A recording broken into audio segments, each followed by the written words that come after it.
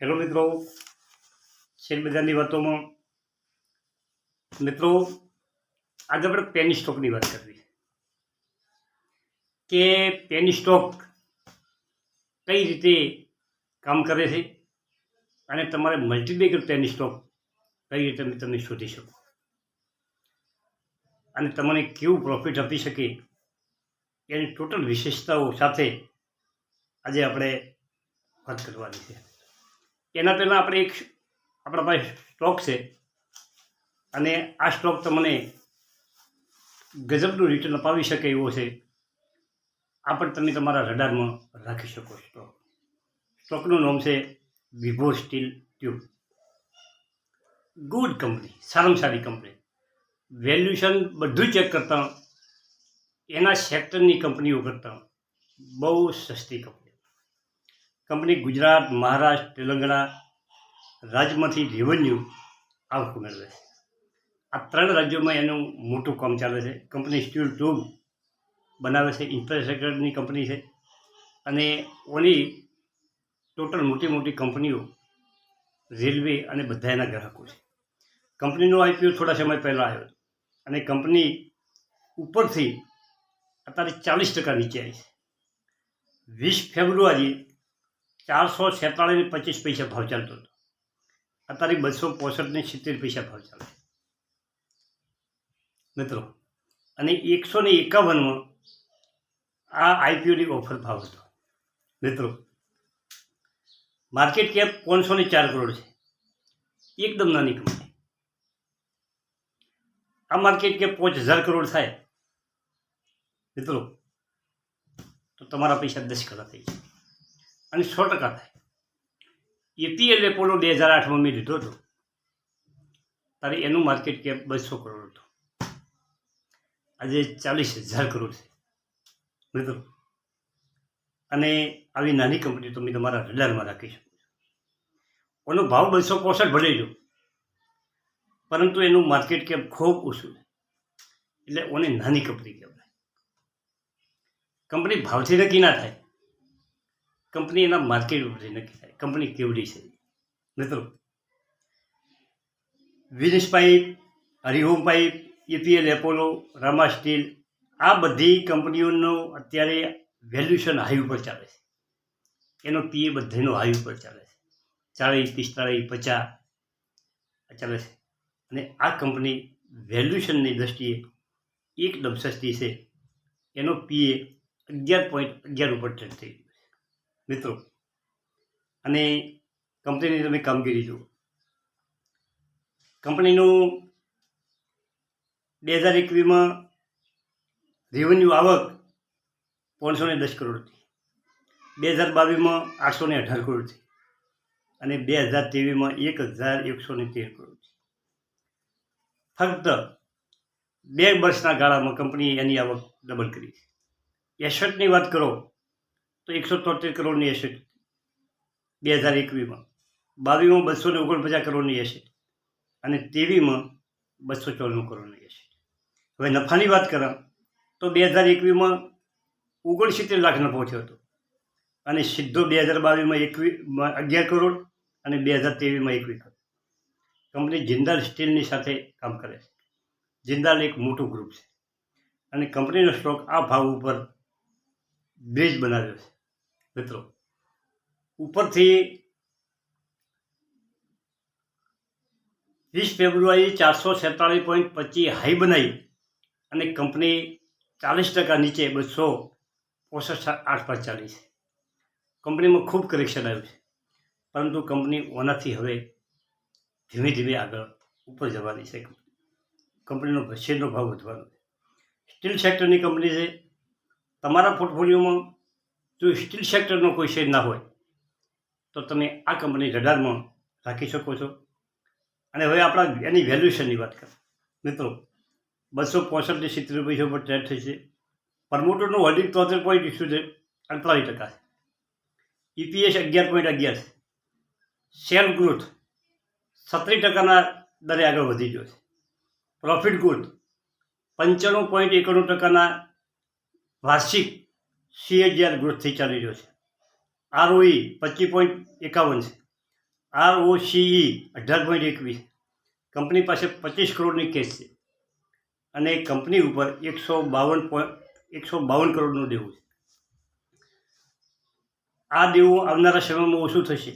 એનું એક જ કારણ છે કે IPO જ્યારે કંપનીનો આવ્યો હતો ત્યારે કંપનીએ દેવું ઓછું કરવાનું અને કંપનીનો ગ્રોથ કરવા માટે IPO લેવાની વાત કરી. મિત્રો, અત્યારે 2 લાખનું વોલ્યુમ થાય છે અને 60% લોકો એમાં ડિલિવરી ઉઠાવે છે. મિત્રો, IPO 298 ઘણો ભરાણો હતો. મિત્રો, કંપનીનું શેર કેપિટલ 14 કરોડ છે, સમજો, અને ફેસ વેલ્યુ 10 રૂપિયા છે. એટલે કે કંપનીએ 1,40,00,000 શેર બહાર પાડેલા છે એકદમ નવો. કંપનીનો કેશ ફ્લો વધશે એટલે કંપની સીધી બોનસ આપશે 1-2 વર્ષમાં, અને એનાથી આગળ કંપનીનો ભાવ ઊંચો જશે તો કંપની શેર સ્પ્લિટ કરશે. એટલે તમારા લીધેલા થોડાક શેર, 500 શેર, 507 વર્ષના ગાળામાં 5,000 શેર થઈ જશે. મિત્રો, આથી વિભોર સ્ટીલ ટ્યુબની વાત. હવે આપણે પેની સ્ટોકની થોડીક ચર્ચા કરવી કે પેની સ્ટોકની વિશેષતા ઓછી લિક્વિડિટી, મર્યાદિત સ્થિતિ, મર્યાદિત એના ફંડામેન્ટ. ઘણી પેની સ્ટોકમાં એના ફંડામેન્ટ કોઈ દેખાતા જ નથી. ઉચ્ચ વળતરની ક્ષમતા. જે સારા પેની સ્ટોક છે એ ટૂંકા ગાળામાં ઉચ્ચ વળતર આપી શકે. ધારો કે કોઈ શેર 2 રૂપિયા ઉપર ટ્રેડ કરી રહ્યો હોય અને ટૂંકા ગાળામાં એ 100 રૂપિયા જતો રહે એટલે એના પૈસા 3 ગણા થઈ જાય. ઓછી કિંમત હોવાથી પ્રતિસાદમાં વધારો થાય છે.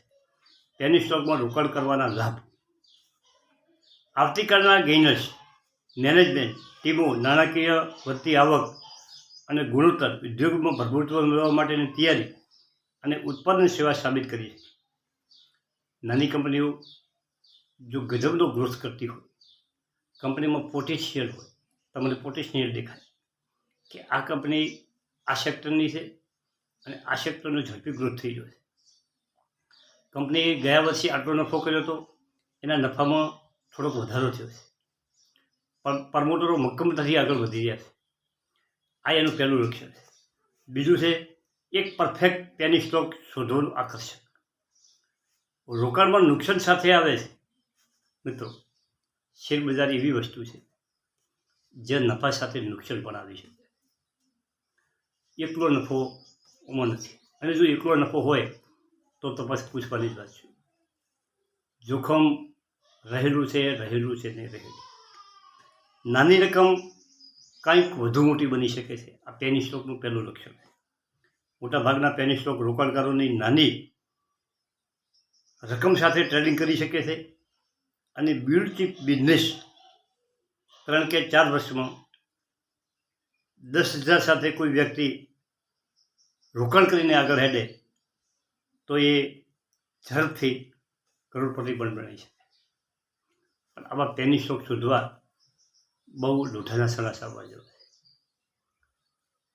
સતત એમાં રચા-પચા તમે રહો અને કોઈ 1-2 કંપની કે 5 કંપનીમાં રોકાણ કરો અને એમાંથી એક કંપની જો તમને પેની સ્ટોક ઝડપી ચાલતો દેખાય તો એ તમારો બેડો પાર થઈ જાય. ઝડપી ગતિએ લાભ. બધા પેની સ્ટોક ઝડપીથી ફેરફાર થતો નથી, પરંતુ કોઈ સ્ટોક સારો તમને મળી જાય તો એ વધે છે. પેની સ્ટોકમાં રોકાણના જોખમો કયા છે કે ઘણા પેની સ્ટોકમાં કૃત્રિમ રીતે શેરમાં કોઈ દમ ના હોય અને ખોટો એની ઉપર દોડાવવામાં આવે છે અને એમાં તમે ફસાવાની જોખમ રહેલું છે. પેની સ્ટોક ઓછી કિંમતને કારણે નવા ટ્રેડર્સ માટે ટ્રેડિંગ અનુભવ મેળવવા માટે ઉપયોગમાં લેવામાં આવે છે. સ્ટોકની કિંમત ઓછી છે. પેની સ્ટોક સાથે તમારા નસીબને અજમાવવા માટે તમે પેની સ્ટોકમાં તમારું નસીબ અજમાવવું હોય તો અજમાવી શકો છો, પરંતુ તમારે એટલો ખ્યાલ રાખવાનો કે ભાઈ આ મારા પાસે 1,000 રૂપિયા છે, 1,000 રૂપિયા મારે પડી જશે તો ચાલશે, આ ગણતરી હોય એ પેની સ્ટોકમાં રોકાણ કરે. ખૂબ મોટું જોખમ રહેલું છે. મલ્ટીબેગર પેની સ્ટોક કઈ રીતે શોધવો? એમાં પહેલી શરત છે ડેબિટ ફ્રી પેની સ્ટોક. એક તો પેની સ્ટોક ઉપર તમે કોઈ રડારમાં તમારા પેની સ્ટોક આવે તો જોવાનું કે એમાં દેવું ના હોવું. બીજું પ્રમોટરનું હોલ્ડિંગ. પ્રમોટરો હોલ્ડિંગ વેચીને બેઠા હોય એવા પેની સ્ટોકમાં નહીં પડવાનું. 50% ઉપર પ્રમોટરનું હોલ્ડિંગ હોવું જોઈએ અને કંપનીનું સેક્ટર મજબૂત હોવું જોઈએ. કંપની કયા સેક્ટરમાં કામ કરે, કયા સેક્ટરનો પેની સ્ટોક છે એ લક્ષ્યમાં રાખવાનો. મિત્રો,